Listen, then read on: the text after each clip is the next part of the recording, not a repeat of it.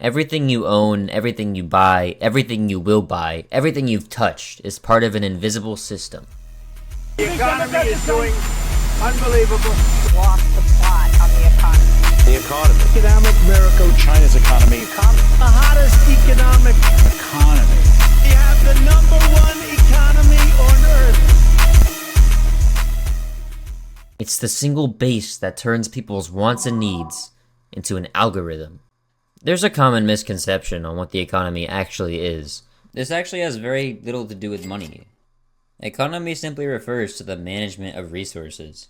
There have been many ways humans have come up with to manage resources over the years. In this video, I'm going to be going into depth on a lot of these topics using the Economy Iceberg.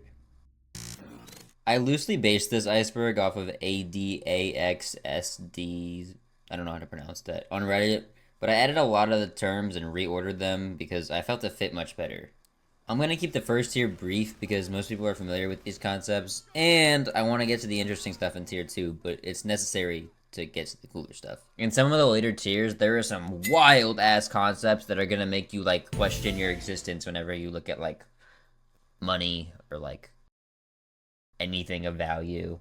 They get progressively like darker and existential crisis inducing, but they also get more complex as I go on, so I recommend starting from the beginning so you have a good base for future topics. Econometrics. Econometrics is the use of real-world statistical data and math to test economic theories. This is extremely important in the modern way we look at economics, because before this we were just kind of throwing shit at a wall and seeing what stuck. But now we can throw shit at a wall, analyze it, and do math to see how well it stuck. Think of all the graphs and equations that are associated with an economics class. That's econometrics.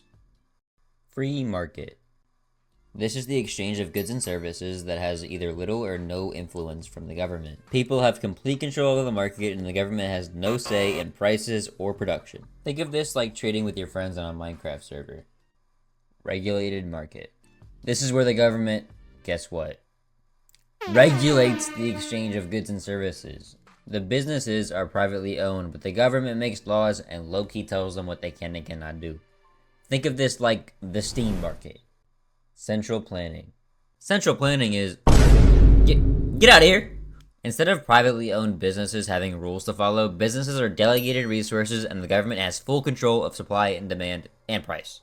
Now this kind of gets a bad rep. This can help with economic stabilization in theory if resources are distributed effectively, but it also can be very bad if governments aren't efficient. GDP.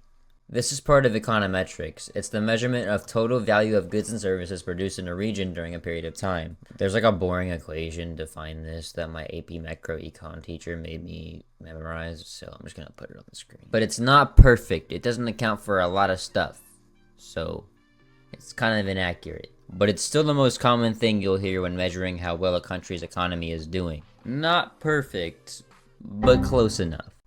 Corporations. A lot of people have the idea that any successful business is automatically a corporation, and that's not necessarily true. A corporation is its own legal entity. It's an entity recognized legally separate from any individual. It's owned by shareholders and allows for more funding for big projects. Now, corporations get a bad rep because they can be necessary for developing tech and factories and infrastructure, which do require big budgets. But it's not all bad. It gets bad. Supply and demand. Most people should remember this from school, but supply affects value. If I have a lot of hoes, one girl means a lot less to me than your bitchless ass self.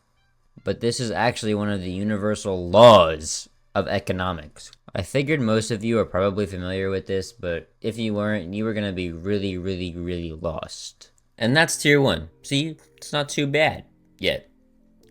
The second tier is slightly more complex, and you'd have to have a little bit of background knowledge in economics to be familiar with these concepts, but I'm gonna make you familiar with them. Classical economics. Classical economics is one of the first modern economic theories that was formed in the late 1700s. Wait, the theory argues that free markets will regulate themselves through supply, demand, and competition without the need for the government to interfere. This is the academic term for the economy will regulate itself. This was the start to most of our modern thinking and theories on economics and the role government should play in the market. Now, this is a pretty simple idea, and it's pretty reassuring. Unfortunately, this theory aged like a Minecraft YouTuber, and a bunch of allegations came out against it. Keynesianism. Birthed by John Maynard Keynes during the Great Depression, the theory says that the economy is incapable of regulating itself, and government intervention is necessary. This is based on the idea that the economy runs on demand. People buying means money is moving, means the economy is happy. If people stop spending during, a recession, the economy won't have enough money in its gears to function efficiently. So to prevent this, the government must buy public goods, injecting money into the economy to keep the gears lubricated and the economy running smoothly. This sounds like a simple band-aid on the problems of classical economics, but unfortunately, it's not that simple. There are some very valid criticisms that have been raised about Keynes' ideas. For example, the injection of money from the government can overstimulate the economy, causing inflation. Most people know this, and that's why we don't just print more money. It's very easy to cross the line into overstimulation when printing money, and that's why it's so tightly regulated. Keynes' theory also leaves room for politicians in government to spend government money for votes and not use it efficiently to boost the economy. There's also something called the time lag problem. This is where the economy starts recovering after the money from the government has already been injected, leading to inflation and all that not good stuff that we were trying to avoid. And there's the classic problem of government spending means more national debt, which is bad, I guess. Neoclassical economics. This one requires a couple more terms that are on the iceberg anyway, but they fit nice right here, so I'm going to explain them with this. Okay, so neoclassical economics is new and was only developed like 100-something years ago, and is the modern framework for modern economic thinking. This concept focuses more on individual interest, marginal analysis, and something called equilibrium, which is a really fancy word for just like where the economy is most in balance and everything is working efficiently. With this theory, unlike before where philosophers were just talking to talk, it's much more math-based. One of the core things taken into account here is marginalism. Think of this as the measurement of, is it worth it? When you're buying a pizza, you don't ask yourself, do I like pizza? You ask yourself, is this pizza worth it? The value of something is determined by its marginal benefit, not its total usefulness. If you got a pizza and ate it all, getting a second pizza would not be as valuable to you because you don't want any more pizza. Or maybe you do. Personally, I can go for seconds. But if you got 12 more pizzas, they would be much less valuable. Or maybe, this is a bad analogy. But you get the idea. The more of something you have, the less valuable one more of it is. Another core idea at play here is rational choice. This is the idea that individual entities will act in self-interest, making the rational choice that will benefit them the most. Walmart is going to maximize profit, and you are going to want the most food you can get for $10. Firms are going to maximize profit, and consumers will maximize utility. Now, obviously, this isn't perfect. I would, in fact, enjoy 12 pizzas on occasion, but it's a very, very good guess on what a majority of people will do. Not me, though. Markets move toward equilibrium when quantity supplied is equivalent to the demand, meaning resources are efficiently allocated. These factors are determined using a lot of math and graphs and models, and is kind of what turned economics from a philosophy into more of a science. The thing is that we still kind of don't know. That's why everything is called a theory. We just kind of do our best, because at the end of the day, human behavior is unpredictable and doesn't follow universal laws. Like I said before, this concept is flawed because it assumes people are always going to act rationally. And if you've ever gotten money and blown it all on stuff you definitely shouldn't have, you know firsthand this isn't true. It also ignores power that institutions have. It's no secret there are some serious monopolies, and I ain't playing. A lot of consumer options come from what's economically the same place, meaning certain companies can completely control supply, allowing them to create demand by lowering supply. And because these companies are so big, workers don't have a lot of bargaining power in their wages because the institution is so well funded. On top of that, because yes, there's more, it doesn't even calculate for wealth inequality, which I feel like is a pretty big factor in deciding what I buy. Because if you have more money, you're more likely to buy things you don't need and make what could be considered irrational purchases, which kind of sets off the whole, thing we were talking about. Now that that is out of the way, we can talk about what basically sounds like the same thing. Neoclassical synthesis. Okay, this one's pretty simple because of all the stuff we covered before. This is a framework for economics that was pretty popular from 1950s to the 1970s. It basically just combines Keynesism with neoclassical market equilibrium, which makes me feel smart to say. Essentially, governments should only help in a recession, which yeah, what a great idea, only help when it's needed. Wrong, because this actually didn't work and caused high inflation and unemployment, because of course it did. This idea had a lot of flaws, but the biggest one was it relied too heavily on this thing called the Phillips curve. The Phillips curve shows when unemployment is low, inflation tends to be high, and when unemployment is high, inflation tends to be low. Basically, the more people that have more money, the less the money is worth. Essentially, what happened here is they made a bunch of predictions based off of this graphical curve, but it was kind of off, and it led to all the bad things we discussed earlier. Alright, I really don't think you guys are ready for this next one. New classical economics. They are remarkably creative when naming these. Okay, this is low-key like neoclassical economics, but new.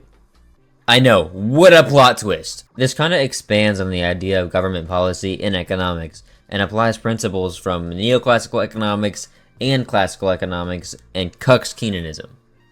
You see, there's another term on this iceberg called rational expectation. This kind of builds off the rational choice idea, and essentially it assumes that everyone will use all knowledge available to make decisions on what they do with their money. An example of this would be if the government said they were going to raise business taxes by 5% the next year, businesses would raise their prices by 5% anticipating this tax, not wanting to take a reduction. This makes the policy a moot point because it's not affecting the business anyway. This applies to all policy across the board, to everyone, everywhere. This links back to the Phillips curve in that people thought that inflation was going to go up, so businesses raised their prices before the inflation actually happened, leading to bad things. This has been a main topic of macroeconomic debate for the past 50 years. It's kind of as far as we've gotten. When newism economics drops, I'll make a video on it. Green growth. This is a newer, optimistic outlook on being able to simultaneously save the environment and have a great economy. This is a direct counter to extractivism, or its newer, less cool term, brown growth, which is just heavy machines and oil and industrialization. All that stuff that we've been doing for the past 200 years. It ties in with this thing called environmental economics, which is the study of how economic activity affects the environment and how economic tools can reduce environmental damage. This kind of goes against the whole free market thing we talked about earlier, so not everyone loves this idea, and sometimes it's just more profitable to damage the environment, so it's kind of a work in the political process. Full and fractional banking reserve. A full banking reserve means the bank keeps 100% of deposits, and they don't lend the money out to anyone for loans. Fractional reserve, which is how most modern banks operate, is when the bank keeps a fraction of your money and lends out the rest. Full reserve reduces the amount of credit available for the bank to lend out, making it really hard to get a loan. And fractional reserve is too unstable. If too many people withdraw from the bank at once, there's not enough money and it's bad. Fractional reserves support more economic growth as long as we don't go into a recession. And a fraction of the population stays in debt at all times. The Big Mac Index. This is an informal way to measure if countries' economies are undervalued or overvalued by looking at the price of a Big Mac in different countries. This doesn't just apply to Big Macs, but Americans are so worried about the economy and food, and here we are. The flaw in this thinking is that it doesn't account for local demand for the product, tax differences, labor costs, or rent differences, so it's more of a goofy way to compare economies, and it kind of highlights how regional differences play a role in global cost. Alright, so that was tier 2 of the iceberg. Tier 3 gets even more complex and cynical in some places. Not quite ego-damaging topics yet, but definitely one tier closer. It takes a lot from the ideas explored in this video. I love going to depth on these topics. I try my best to make these able to be followed by people that have a basic understanding of economics, but there genuinely is levels to this shit. Some of these topics go deep, so I would love to give them their own videos in the future. Let me know any topics you think I should cover in tier 3 that weren't on the iceberg. I would love some more topics. I find all of this stuff so interesting, and I haven't seen a whole lot of people cover these concepts in depth in like a casual way. This channel is kind of a way for me to pursue my interests, and I would love to hear your suggestions.